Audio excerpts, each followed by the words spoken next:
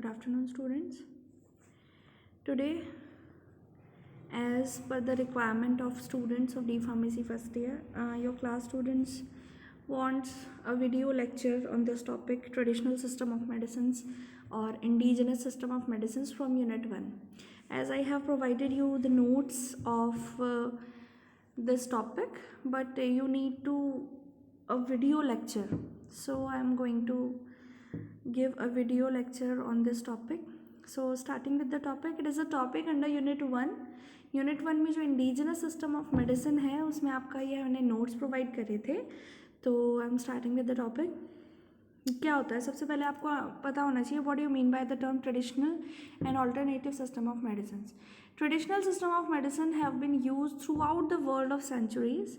Certain ancient systems such as traditional Chinese medicine, Ayurveda, Tibetan medicine, मतलब बहुत time पहले से हमारे सिस्टम ऑफ मेडिसिन चलते आ रहे हैं. जैसे कि आयुर्वेदा था, चाइनीज़ सिस्टम ऑफ मेडिसिन है, ठीक है, तिब्बतन है, सिद्धा सिस्टम है, बहुत सारे ऐसे हैं. होम्योपैथिक सिस्टम बाद में जैसे जैसे मॉडिफाई होते चले गए, आगे आगे वो सब इसमें है. ठीक है, तो इसमें आपको पढ़ना है जितने भी आपके ट्रेडिशनल सिस्टम ऑफ मेडिसिन हैं कितने कितने टाइप के हैं उन सब के बारे में पढ़ना है. ठीक है, कॉम्प्लीमेंट्री और अल्टरनेटिव सिस्टम ऑफ मेडिसिन भी बोलते हैं इसको, क्योंकि इसमें वैरायटी ऑफ हीलिंग अप्रोचेस हैं. ठीक है, हीलिंग अप्रोचेस मतलब ठीक करने वाली approaches, treatment approaches and therapies taken from around the world. वो पूरे वर्ल्ड में जहाँ जहाँ से जो जो थेरेपीज हैं उन सबको मिक्सअप करके बनाया गया है. Many aspects of complementary and alternative medicine are rooted in ancient system of healing such as those of China, India, Tibet and Africa. Complementary and alternative medicines includes treatments and healthcare practices that generally are not taught in most medical schools. ठीक है, जो complementary और alternative system of medicine हैं इसमें treatments और health care practices हमें पढ़नी होती है जो कि हमें ईजीली नॉन मेडिकल स्कूल्स में पढ़ाया नहीं जाता और वो हॉस्पिटल में यूज़ करी जाती हैं. ठीक है, complementary and alternative medicine practices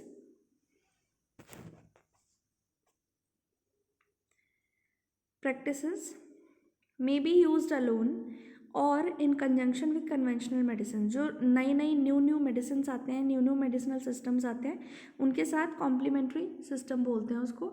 जो न्यू टेक्निक्स आएंगी उसके साथ उसका होगा टाई अप. ठीक है, कन्वेंशनल मेडिसिन क्या होती है? Conventional medicine generally defines health as the absence of disease.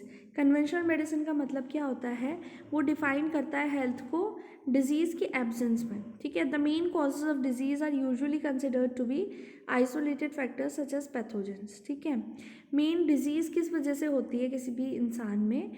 Due to the isolated factors like pathogens होते हैं, various types of like bacteria और वायरसेस, और बायोकेमिकल इम्बैलेंसेज होते हैं. And treatment often involve drugs और सर्जरी टू. ड्रग्स और surgery के through भी हम ट्रीटमेंट करते हैं किसी भी चीज़ का, किसी भी डिजीज़ का. In contrast alternative medicine practices often define health as a balance of body systems. ठीक है, ऑल्टरनेटिव मेडिसिन का प्रैक्टिसेस हैं जो कि डिफाइन करते हैं हेल्थ को balance of body system like physical, emotional and spiritual. मतलब physical, emotionally and spiritual balance होना चाहिए, तभी हमारी बॉडी में मतलब इक्विलिब्रियम होना चाहिए, बैलेंस होना चाहिए, तभी हमारी बॉडी डिजीज़ फ्री कहलाएगी. ठीक है, treatment involve strengthening the bodies own defences and restoring these balances. एक बार आप ये सब पढ़ेंगे तो आपको ईजी लगेगा ये पढ़ना. अब starting with the Indian system of medicine क्या है? The WHO estimates that about 80% of the populations living in the developing countries rely exclusively on traditional medicine for their primary healthcare needs. ठीक है, 80% population according to WHO, ठीक है, वो हमारी developing countries में रह रहे हैं और डिपेंड करते हैं ट्रेडिशनल मेडिसिन में for their primary health care needs. India has an ancient heritage of traditional medicine. India में एंशियंट हेरिटेज है. एंशियंट हमारे पास पुराने ज़माने से पूरा का पूरा एक सिस्टम है आयुर्वेदा का जो कि मेडिसिन, ट्रेडिशनल मेडिसिन कहलाता है. Indian traditional medicine is based on different systems including Ayurveda, सिद्धा एंड यूनानी सिस्टम ऑफ मेडिसिन. ठीक है, ये तीन आपके बहुत ज़्यादा इंपॉर्टेंट सिस्टम ऑफ मेडिसिन है जिसमें है आयुर्वेदा, सिद्धा एंड यूनानी system. Almost in all the traditional medicine, the medicinal plants play a crucial role in the traditional medicine. India has a rich heritage of traditional medicine, and the traditional healthcare system have been flourishing for many countries. In India, the Ayurvedic system of medicine developed an extensive use of medicines. ठीक है, आयुर्वेदा बहुत time से ancient time से use करते आ रहे हैं और आज भी हम आयुर्वेदा पे डिपेंडेंट हैं किसी ना किसी तरह से. ठीक है, और सबसे ज़्यादा रिलायबल सिस्टम ऑफ मेडिसिन है ये. Ayurvedic system of medicine developed an extensive care of medicine from plants dating from at least 1000 BC. ठीक है, example cardiac glycoside from digitalis purpurea बहुत टाइम पहले से यूज़ होता जा रहा है और वो कार्डियोटॉनिक है, वो हमारे को तब से पता है. Morphine from papaverus somniferum and various other examples are also exist there. Now ayurveda Indian system of medicine में आता है. तो ayurvedic system of medicine is accepted as the oldest written medical system that is also suppose to be more effective in certain cases that modern therapies. ठीक है, आयुर्वेदा ज़्यादा successful है जितने भी modern traditional system of medicine हैं उनके comparative, और बहुत टाइम से लोग इस पर रिलाय होते चले आ रहे हैं. The origin of Ayurveda has been lost in prehistoric antiquity, but their concepts were nurtured between 2500 and 500 BC in India. ठीक है, Ayurveda is accepted to be the oldest medical system which came into existence in about 900 BC. सबसे पुराना system of medicine है, पर existence में कब आया है? 900 BC के दौरान. द वर्ड आयुर्वेदा मीन्स, अगर हम इसको दो पार्ट में डिवाइड करें तो आयुर का मीन है लाइफ एंड वेद का मीनिंग है साइंस. मतलब हम साइंस पढ़ेंगे लाइफ के बारे में. This ayurveda literally means science of life. The Indian Hindu mythology states that 4 Veda written by the Aryans like Rigveda, Samaveda, Yajurveda and Atharvaveda. The ayurveda is said to be an upveda. Ayurveda इन सब के ऊपर उपवेद है. ठीक है, उपवेद ऑफ अथर्ववेद. ठीक है, उपवेद है हमारा पार्ट है अथर्ववेद का. चरक संहिता मतलब आपको ऐसे याद रखना है कि वेद आर्यंस के द्वारा लिखे गए थे, उसमें आपके 4 वेद हैं मेन, ऋग्वेद, सामवेद, यजुर्वेद एंड अथर्ववेद. तो आयुर्वेदा इसमें से क्या है? उपवेद है, पार्ट है अथर्ववेद का. ठीक है, Charak Samhita is the first recorded book with the concept of practice of ayurveda. Charak Samhita जो है वो रिकॉर्डेड बुक है concept of practice of ayurveda. Ayurveda में जितनी भी हमारी डिजीज़ फ्री मेडिसिन लिखी हैं या वेरियस टाइप्स ऑफ कैटेगरीज लिखी हैं उन सब के बारे में पढ़ा जाता है इसमें. ठीक है, चरक संहिता के अंदर this describes about 341 plants and plant producers used in medicine. Sushrut Samhita was the next ayurvedic literature that has special emphasis on surgery. Charak Samhita के बाद एक आपका है सुश्रुत संहिता. सुश्रुत संहिता में आप क्या पढ़ेंगे? नेक्स्ट आयुर्वेदिक लिटरेचर है जो कि स्पेशल एम्फेसाइज है on surgery. It describe 395 medicinal plants, 57 drugs of natural origin, 4 minerals and metals as therapeutic agents. इसके अंदर ये सब हम पढ़ेंगे. बेसिक प्रिंसिपल्स ऑफ आयुर्वेदा क्या है? According to ancient Indian philosophy the universe is composed of 5 basic elements. ठीक है, इंडियन फिलॉसफी के हिसाब से जो हमारा पूरा ब्रह्मांड है, यूनिवर्स है, वो 5 बेसिक एलिमेंट से बना है, पंच तत्व से बना है, पंचभूतास से बना है. ठीक है, पहला prithvi earth, jal water, tej fire, vayu air and akash space. Everything in the universe including food and the bodies were derived from these bhutas.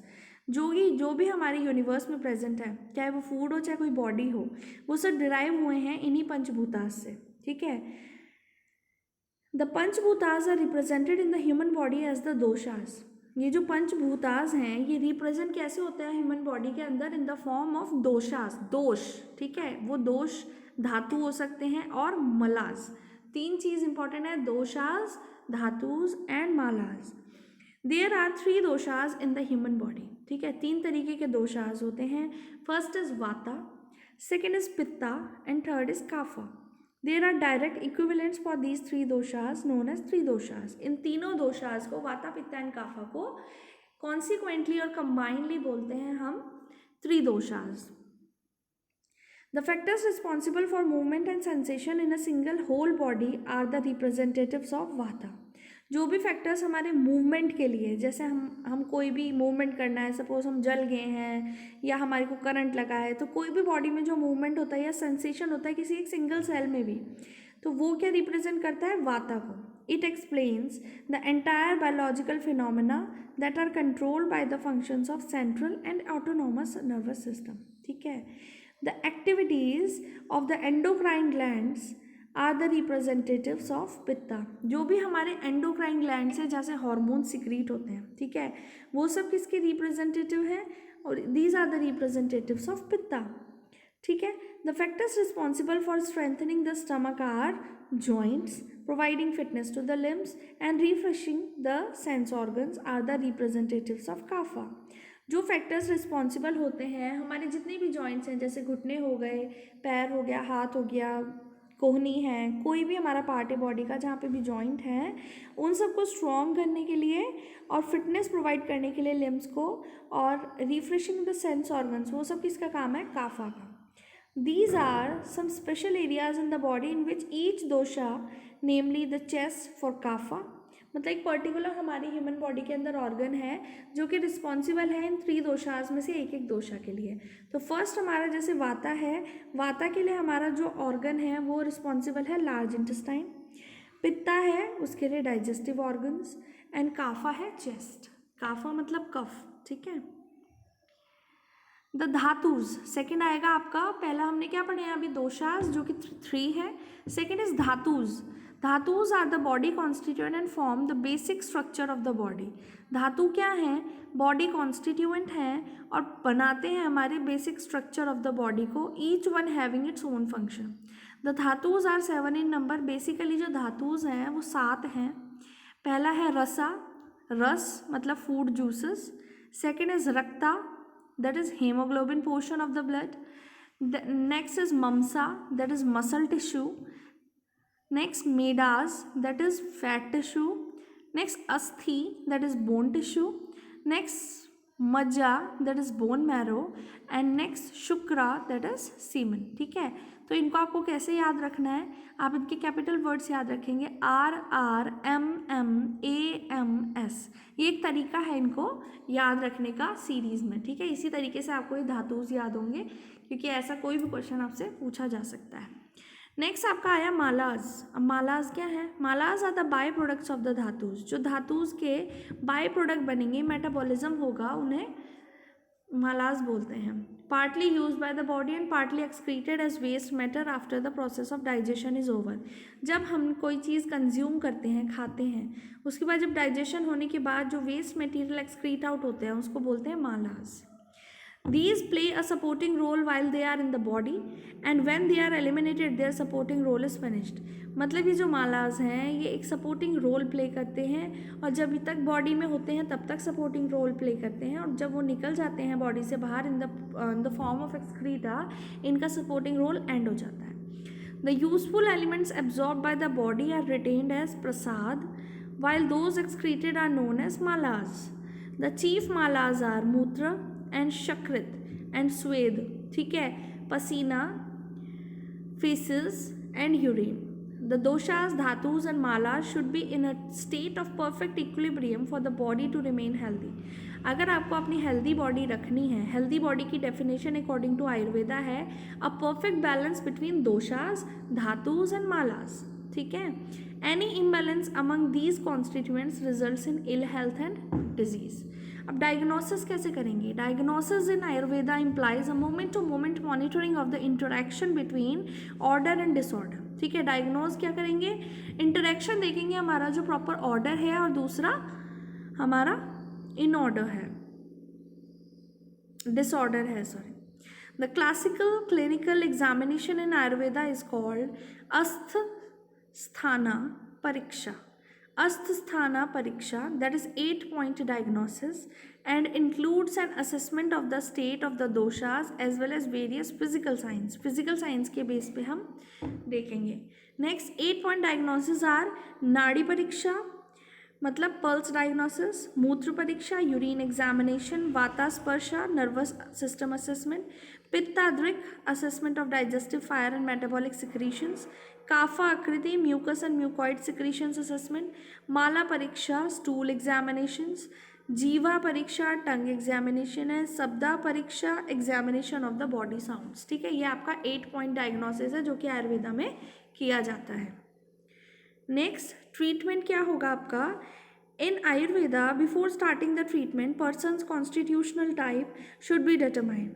Drugs are prescribed based on the patient's body type as well as on what disease or disturbance of the doshas they are suffering from.